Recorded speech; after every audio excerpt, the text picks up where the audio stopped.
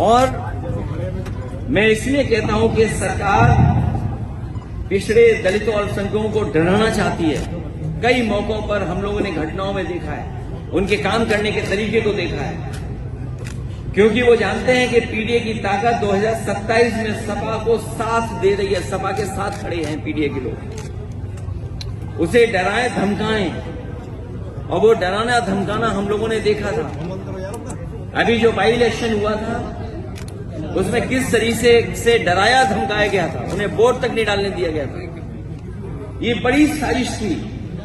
और मैं कुछ उदाहरण हाल के ही देना चाहता हूं, मैं पुराने उदाहरण कोई नहीं देना चाहता हूं। किस तरीके के सरकार का व्यवहार है डराने का, मैं वही उदाहरण कुछ देना चाहता हूं। हालांकि कुछ बातें जो घटनाएं हैं उसमें कुछ मिलकर के कुछ और फैसले हुए हैं, लेकिन जो घटनाएं हम लोगों ने देखी और हाल में हुई हैं, इलाहाबाद में एक दलित को जला के मार दिया गया क्योंकि उसने जाति विशेष के लोगों के गेहूं काटने से मना कर दिया। क्या आज के आजाद भारत में जहां बाबा साहब भीमराव अम्बेडकर जी का संविधान हो, वहां पर ऐसी घटनाएं होंगी कि अगर गेहूं के काटने के लिए मना कर दें तो उसकी जान ले लेंगे जला करके। कल आगरा में अभी कुछ दिन पहले और कई दिनों पहले, कई वर्षों पहले भी घटनाएं हुई। उन घटनाओं का मैं जिक्र नहीं करना चाहता हूं, कस्टोडियल डेथ की मैं जिक्र नहीं करना चाहता हूं, लेकिन कुछ दिन पहले आगरा में बारातियों और दूल्हे को घोड़ी से उतार के मारा क्योंकि वो बाबा साहेब अम्बेडकर जी का गाना बजा रहे थे।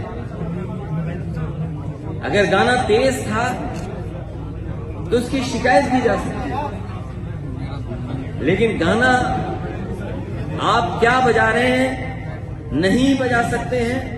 और किस तरह का व्यवहार रहा। इसी तरह इटावा में निषाद युवक को उसके फेसबुक पोस्ट के लिए मारा और अभी तक कोई कार्रवाई नहीं हुई है।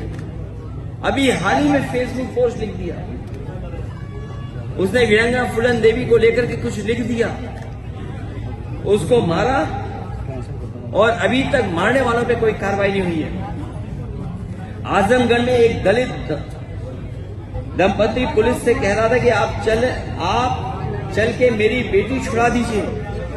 जाति विशेष के दबंगों ने उसे बंधक बना लिया, उसका रेप कर रहे थे। बताइए आप किस युग में हैं हम शायद ये भूल गए हैं, और इसलिए भूल गए क्योंकि सरकार बाबा साहब भीमराव अम्बेडकर जी के दिए हुए संविधान पे नहीं चली, इस कानून को नहीं लागू कर रही है। जौनपुर में एक नफरती बाबा साहिब की शोभा यात्रा के दिन उनके झंडे को पैरों तले रौंद रहा था।